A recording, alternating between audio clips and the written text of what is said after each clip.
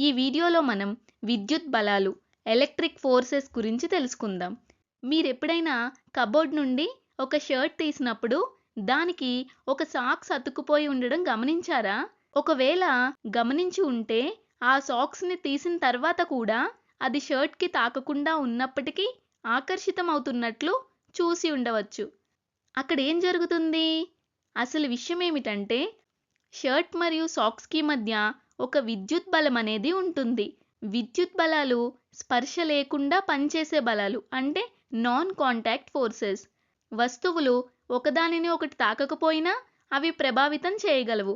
మీరెప్పుడైనా ఆవేశపూరిత బెలూన్ కాగితపు ముక్కల్ని ఆకర్షించడాన్ని గమనించారా?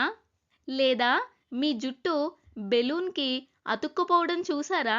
అసలు కారణం ఏమిటంటే విద్యుత్ బలాలు విద్యుత్ ఆవేశం అనే పదార్థ లక్షణం వల్ల ఏర్పడుతుంది.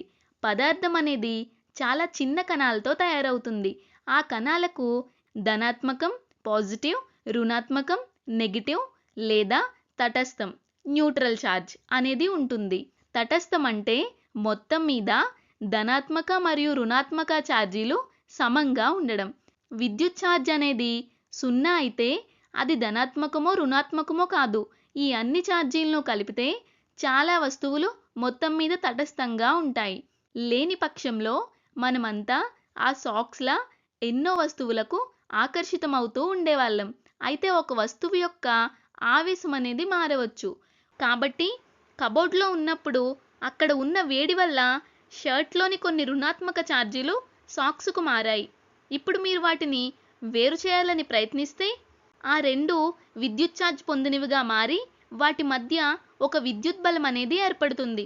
ఇప్పుడు విద్యుత్ బలం ఎందుకు ఏర్పడిందో తెలుసుకున్నాం. కాబట్టి దాని దిశ మరియు బలం ఏమి ప్రభావితం చేస్తాయో చూద్దాం. విద్యుత్ బలం ఒక వస్తువుని ఆకర్షించగలదు లేదా త్రోసివేయగలదు.